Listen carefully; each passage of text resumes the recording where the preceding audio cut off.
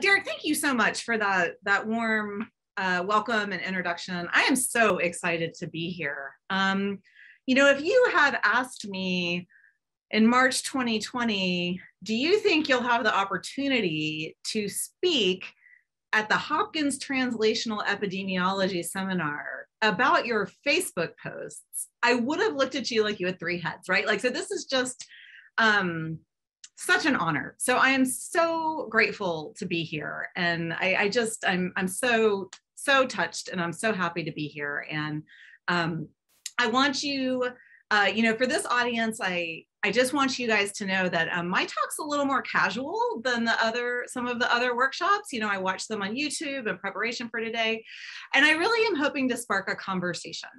I want to hear about your interests, background, hopes, desires, fears in translational epidemiology, whatever that means to you. And I want us to come together kind of in community as people who care about getting the tools of epi out in spaces beyond scientists. So I was telling Derek before others hopped on the Zoom, I do what I usually do. As soon as I learned I had this opportunity to come speak to y'all, I studied, because I am a nerd, right? This is very on brand. So I took to the books, as we all tend to do, those of us who like to study. And I read some of the work on translational epidemiology in the literature, and I watched the videos from some of the earlier seminars. And one that, of course, I was drawn to immediately was Dr. Sklo. Apologies if I'm not pronouncing that quite right, who's kind of a lion in the field. And this is a slide from his talk in this very seminar. And his proposition, which I will mention here again, because people probably don't remember everything from a talk a year ago, was that even in its most basic definition, epidemiology is translational. So he dissects the traditional definition of epidemiology, makes the argument, and I agree, that it is translational by its very nature, design, and DNA.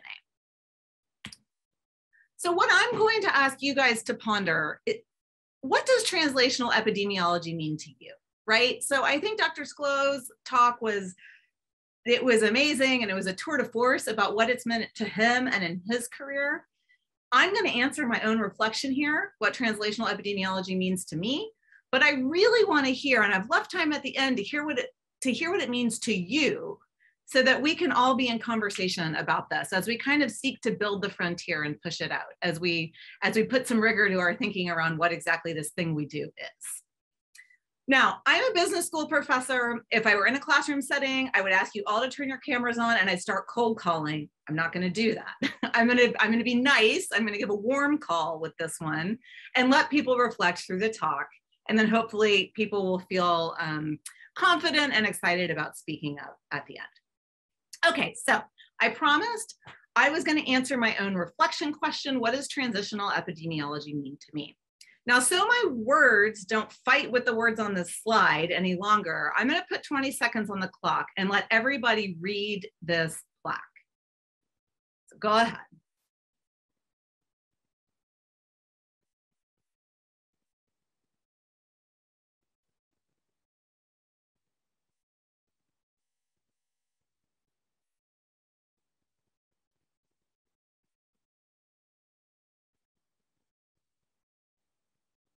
Okay, so this plaque means a great deal to me.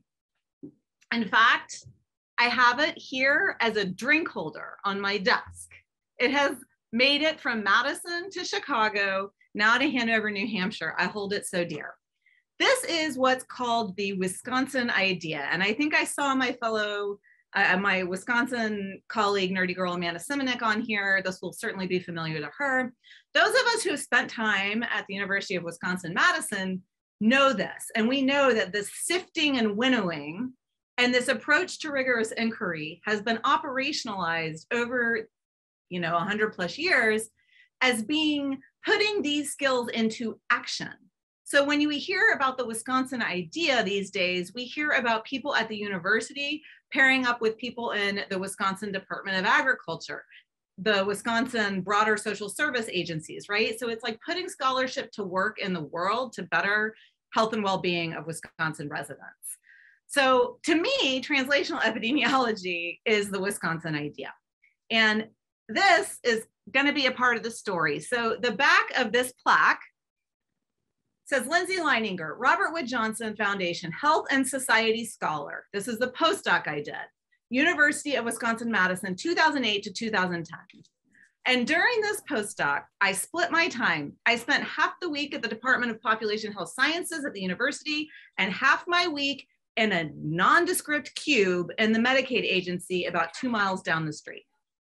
So that was my first foray into translational epidemiology, and it's pretty emblematic of what my career has been ever since.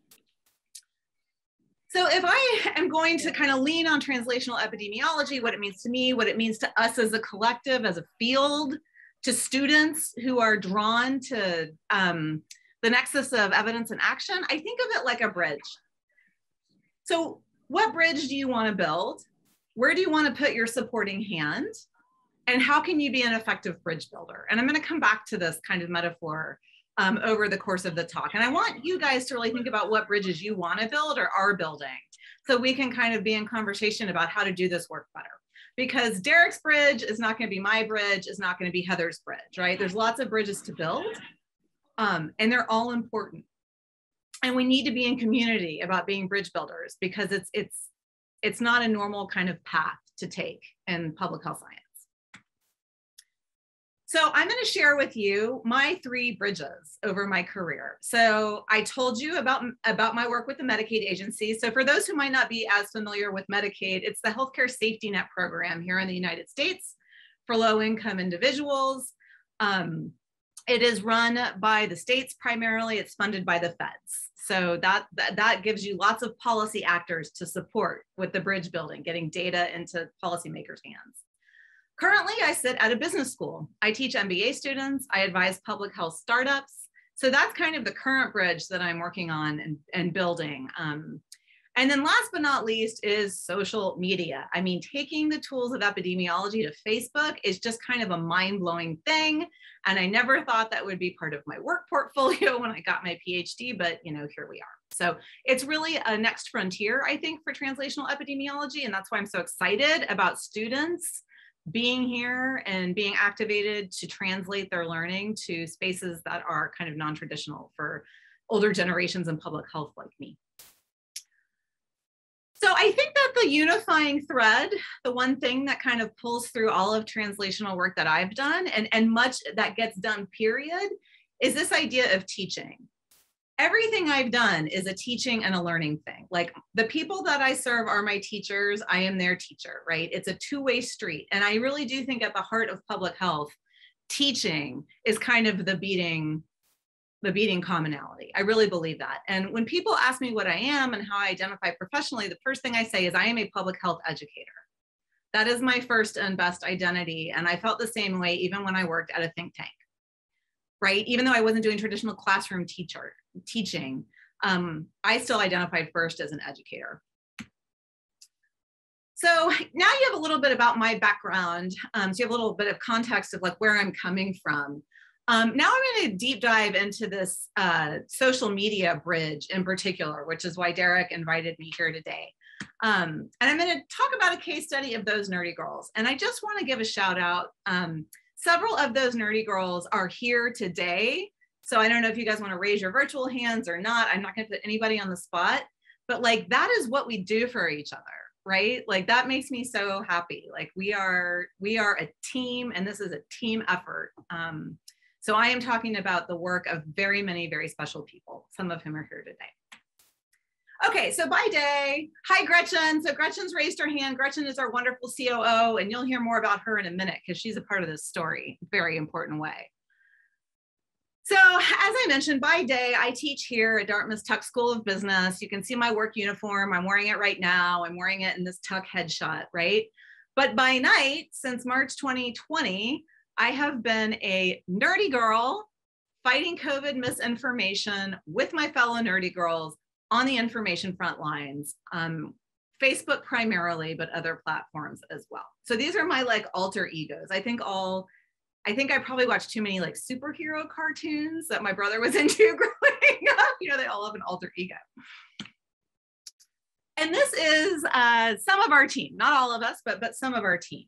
And we collectively are the Nerdy Girls. So I'm going to tell you a little bit about those Nerdy Girls and Dear Pandemic, what we're about, what we've done, and kind of where we are now. So Malia Jones is top row left of me. I'm a little embarrassed I'm in the middle of this, but anyways, Malia's on the left. She's an infectious disease epidemiologist at University of Wisconsin. So here we are with Wisconsin again. Very early in the pandemic, she wrote an email to her friends and family saying, look, people, this is serious. This isn't just going to affect China and Northern Italy. This is coming for us.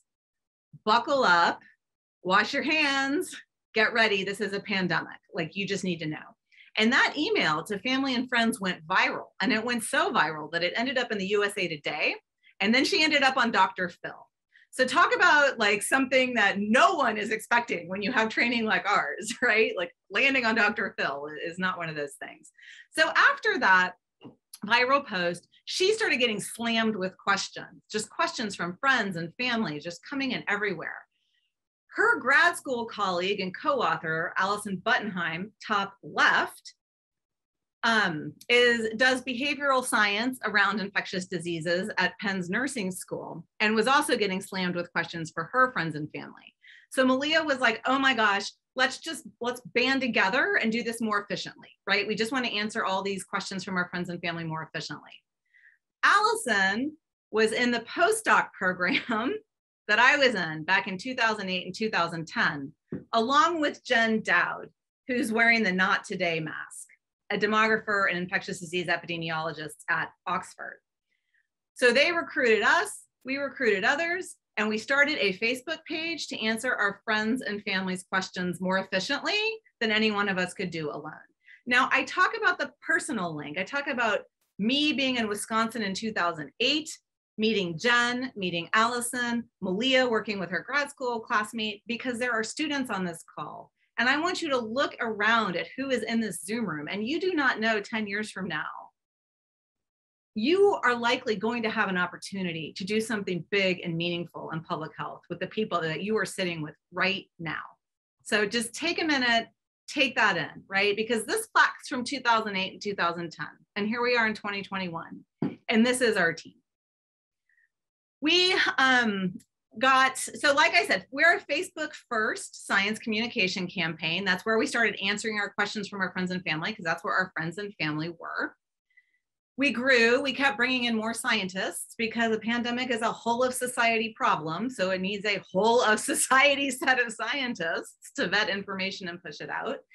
And then we had an amazing stroke of luck when Gretchen Peterson, a retired digital technology teacher, middle school, signed up to be our COO. I cannot stress how profoundly this has made a difference in our efforts. She has kept us organized. She has kept us on the frontier digitally. She is the one who really runs the show. So I'm so just honored that Gretchen wanted to put her efforts with us. It's a huge labor of love by her.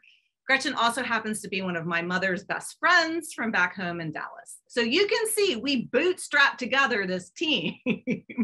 I mean, this was really bootstrapped by any definition of it. And it's really the power of personal connection coming together.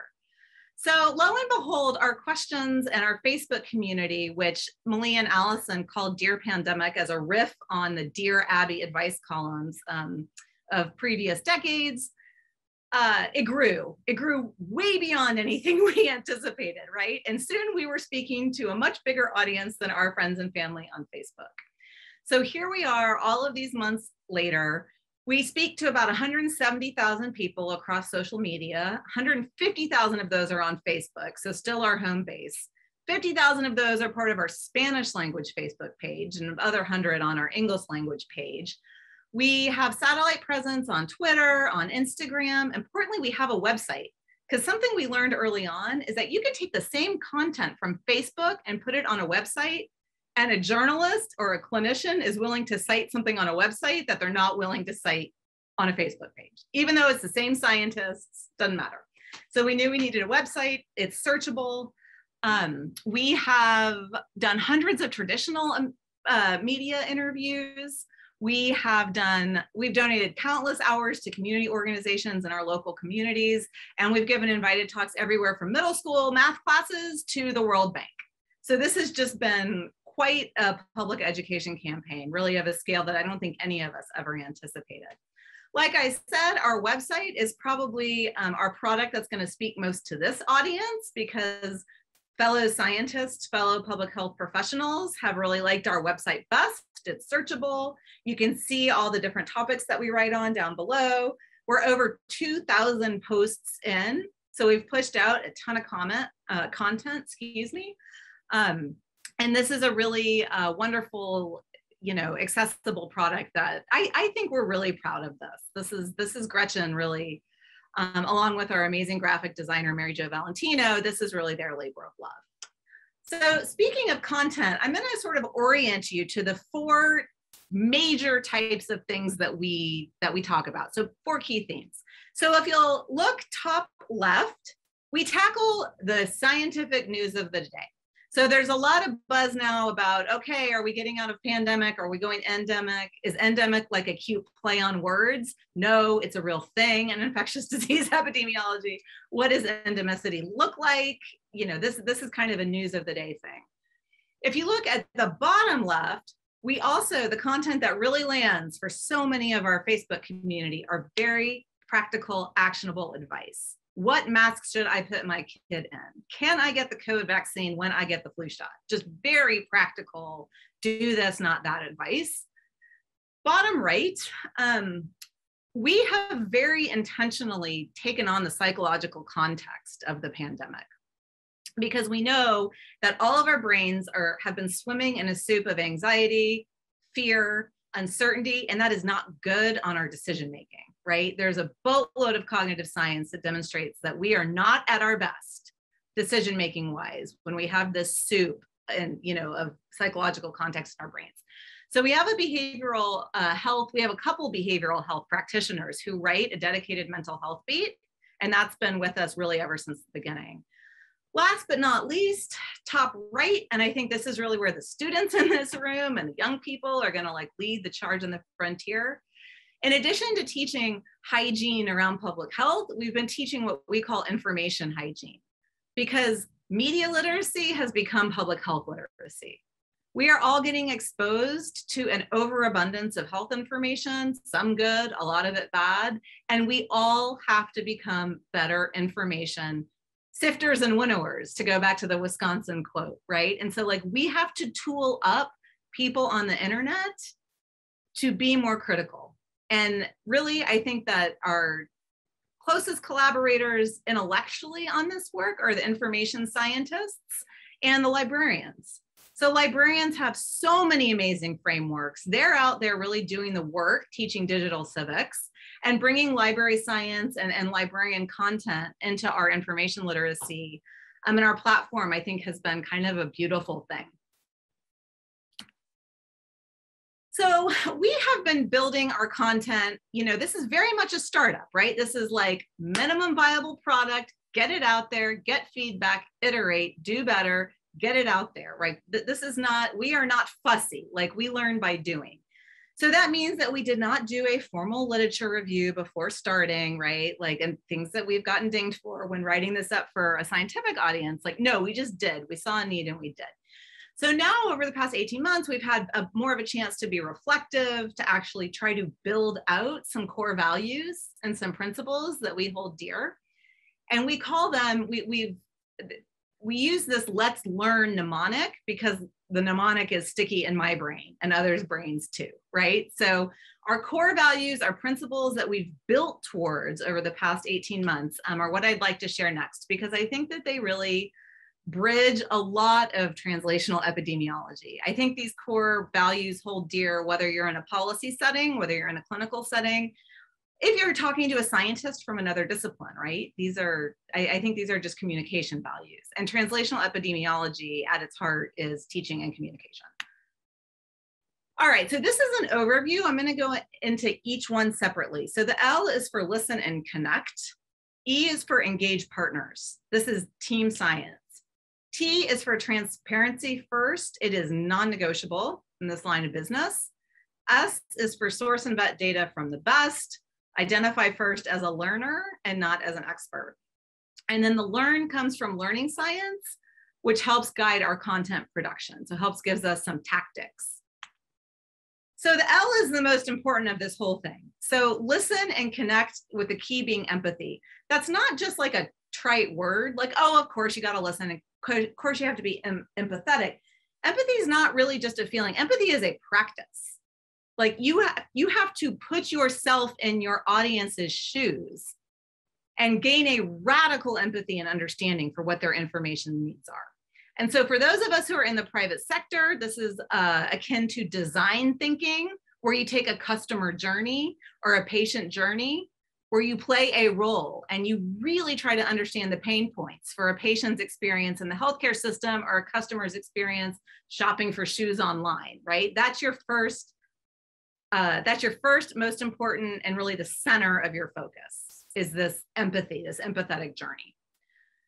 Listening is not just like, oh yeah, like I listen to what you say, you listen to what I say. This is actually a very important best practice in the broader health communication literature, what's called a two-way dialogue. So we don't just push out information, right? We take in questions, we push out answers, we take in more questions, we get corrections from our readers often in the Facebook comments, and we'll make the corrections in our post and we'll say, thanks to the reader for helping us with this, update it at 9:35. So this two-way dialogue is a best practice, whether you're reading the CDC's Crisis Comm playbook or the WHO's risk communication best principles. You'll see this two-way communication style as really part and parcel to doing communication and indeed teaching well. E is really important. So engaging partners is a must in translational epidemiology, right? And our example is no different than anyone else's, because look, we are living in a highly fragmented information environment, highly fragmented, and fragmenting more so all the time. So I like this ecosystem map about an old news story. So, there's the nut graph, which in journalism speak is just the main idea, wear your mask, right? Whatever sort of message you want to get out. The audience you'll see is on your right in the green. And here are kind of the normal web of connectedness and players you got to get that message to and through to amplify it. Now, what's happened as the digital age has continued to pace exponentially is it's taken a sledgehammer and it's gone boom to this ecosystem, and it has shattered. Trust has shattered everywhere. And now it's more like a shattered piece of glass than it is like an interconnected web. We can't be the right messenger for everyone, right? But we can bridge to other people who have a similar mission and talk to other audiences. So partnership has been super, super important from the get-go. People who have credibility and relatability with communities different than our own. Because we live in a social media milieu characterized by algorithmic filter bubbles. So Derek and I are likely to end up seeing the same stuff in our Twitter feeds, right? But me and my friends that I grew up with back home in Dallas often like nothing similar. There is no overlap in that Venn diagram of what they see on Twitter and what I see on Twitter. So it's about being a bridge, both online and off, to sort of get us past these shards of glass. Transparency is non-negotiable. And we say when we mess up, we fess up. That just has to be, because we mess up, right? Like we are moving at the speed of the news cycle, not the speed of science. As my favorite information scholar, Jevin West, says, science likes the slow lane, right? But unfortunately, in a crisis, and often in policy contexts, you're dealing in the fast lane, and you've got to keep up with the speed of information flows, not the speed that you're comfortable sort of hanging out with. So that means you're going to get some stuff wrong. We have to be transparent. We got it wrong. There was a very early warning from the WHO that aspirin might make COVID worse. This is way back in the spring of 2020. We got that wrong. We had to come out and say it. We own it. We were wrong on masks at the beginning, like Fauci, so many other people. But you know what? We talk about it, and the mask beat, it keeps it changing, right? Like cloth masks, no cloth masks, double masks, KN95, right? And the fact that we're very open about the changing guidance has helped socialize our community to know that scientific guidance, is a method, not a fixed set of findings. So we're just very intentional and transparent about what science is and what it isn't. Source and vet information rigorously. So this is the piece that's going to come natural to every single person on this Zoom, whether you're a student, a faculty member, a fellow nerdy girl. This is how we're trained. So this isn't something that you've got to learn. This is something that's literally in your bones already. But our challenge, our growth edge here is to teach other people to source and vet their information rigorously. We have to make explicit our information seeking patterns and teach others to do the same, right? That's this information literacy, this digital civics. And so we have taken on this beat pretty seriously. So here you'll see a post I wrote about the hallmarks of high quality reporting. Everyone's a journalist now, right? So we have to make sure that we understand that, you know, something that's properly sourced, has multiple citations, is balanced, is credible, et cetera. So this teaching others to fish is like really, really key to our work. As an educator, I think teaching people how to think critically about science and data is my most important job. And this is, I think, a manifestation of that. And the fact that the fellow nerdy girls totally agree.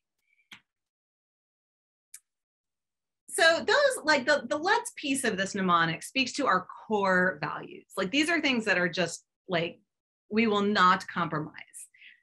We don't care if we don't feed the outrage machine. And so maybe our stuff doesn't go as viral as something that does, right? That would violate our core value of kindness, right? Those are core values. We do have some just really practical tips, tactical tips around content creation. And again, these come from the learning science literature because that's the literature I'm familiar with. And so when I was telling our story and designing the content, that's kind of my lens. But those of you who have worked in communication will recognize this. Those of you who have worked in psychology, other cognitive sciences will recognize this too. So the power of a worked example. Our brains like examples better than than conceptual ideas when we're learners. So to give an example, see what I did there, we've written about having evidence-based conversations around vaccines. And we actually give you a sample conversation. It's you and your Uncle Joe talking about vaccines. Here's a sample conversation, right? So that's providing a worked example, not just sort of best conceptual practices. Images and text together, it's called dual processing, are the stickiest in people's brains, and they're also the most efficient way to get information to people. So it's not just words, it's not just pictures, it's both. Here is where we really lucked out in finding a graphic designer who has done a lot of science communication work. Indeed, she's won an award for her work from the Robert Wood Johnson Foundation 10 years ago, so well before the pandemic.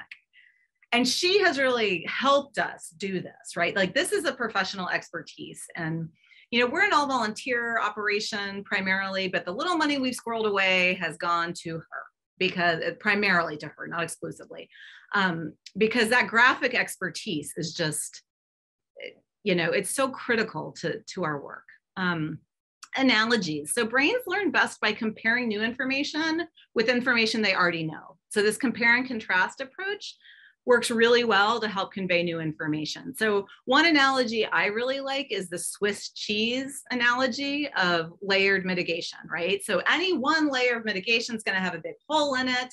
Like your mask alone is not going to keep you safe, but if you stack them up, you get a piece of Swiss cheese and that virus isn't coming in, right? So that, you know, people don't really know NPIs or non-pharmaceutical interventions unless you're like super geeky epi people like us, right? So trying to explain them and how they work, you know, I think Swiss cheese helped millions of people around the world. That's not our analogy, right? That was everywhere, but I think it's a good one. And the reason why it was so powerful is because everyone knows what a block of Swiss cheese looks like.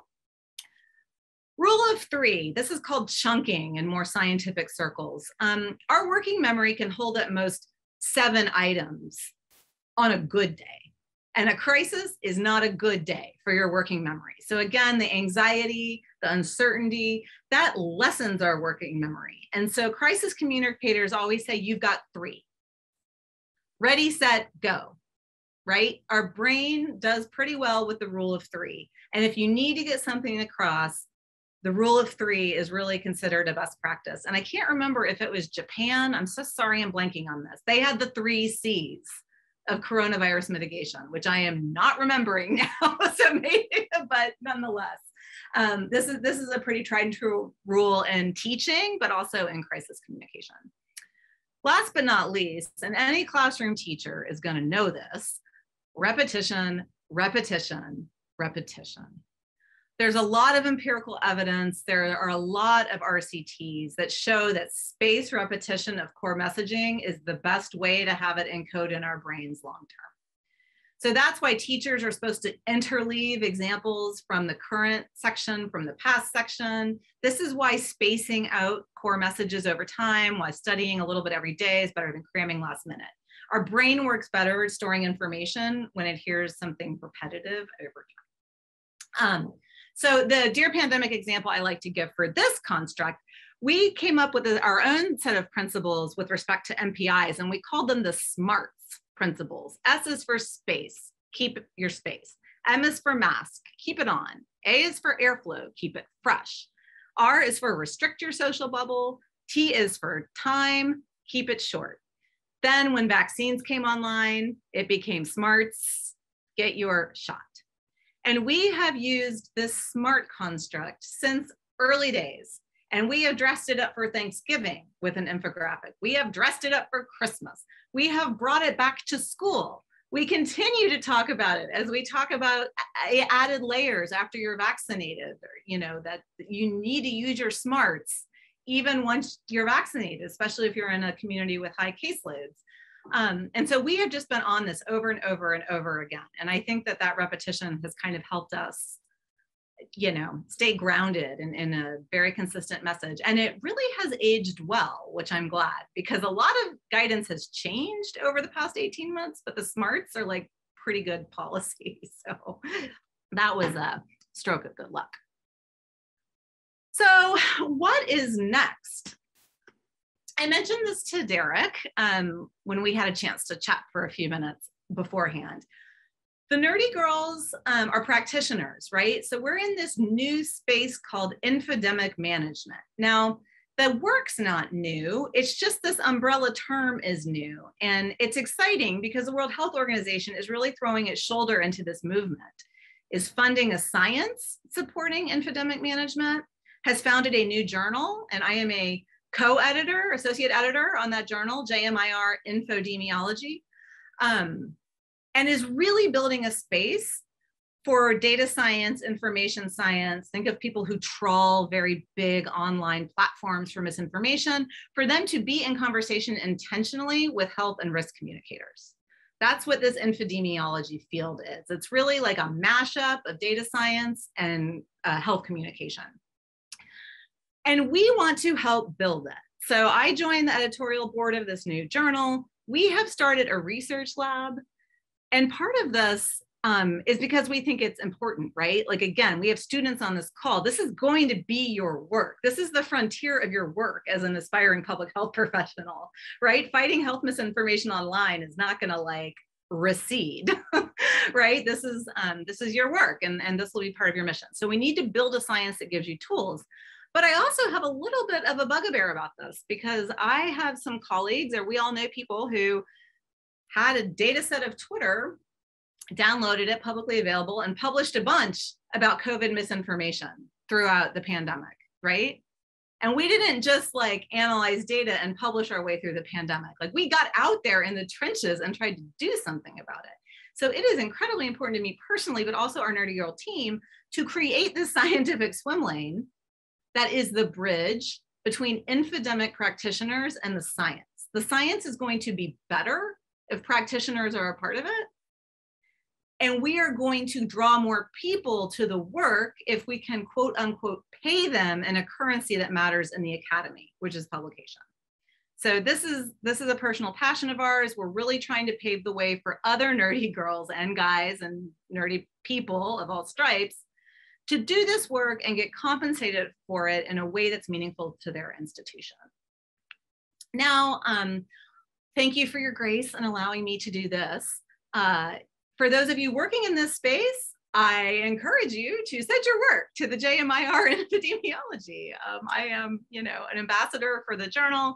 Our first papers have been published. They're really exciting. A lot of them are on the social listening aspect, which is surveillance, to use an epidemiology term.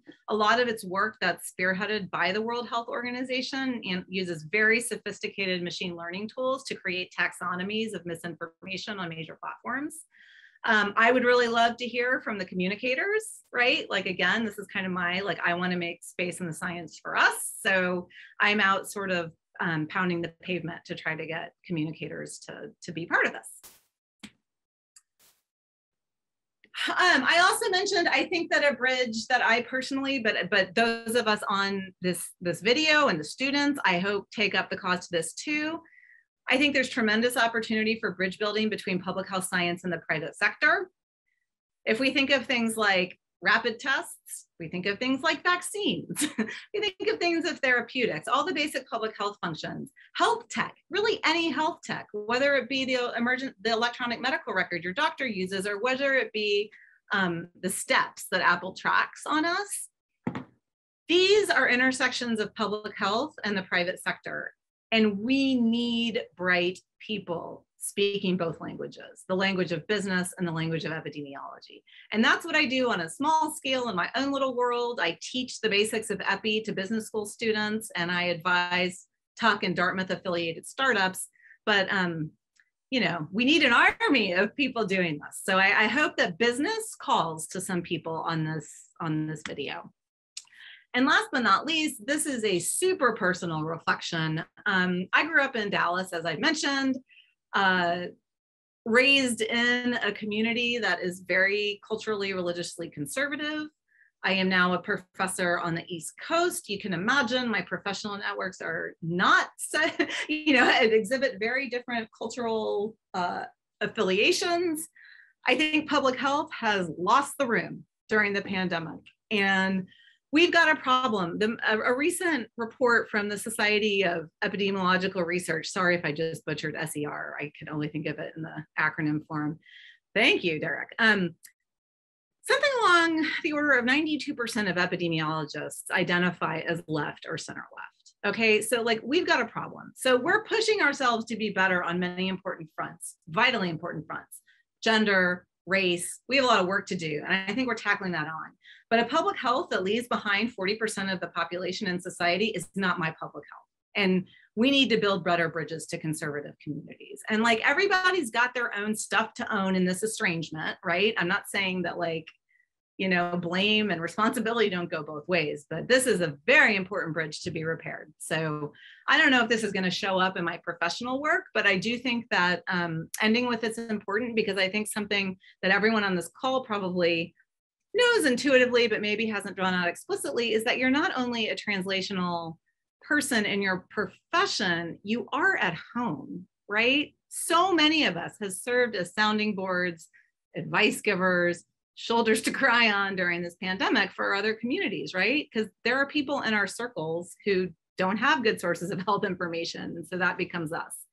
So I think our work bleeds over into the communities that we live in as people, both online and in person. And so I think the translation and the learning and the empathy happen outside of office hours as well.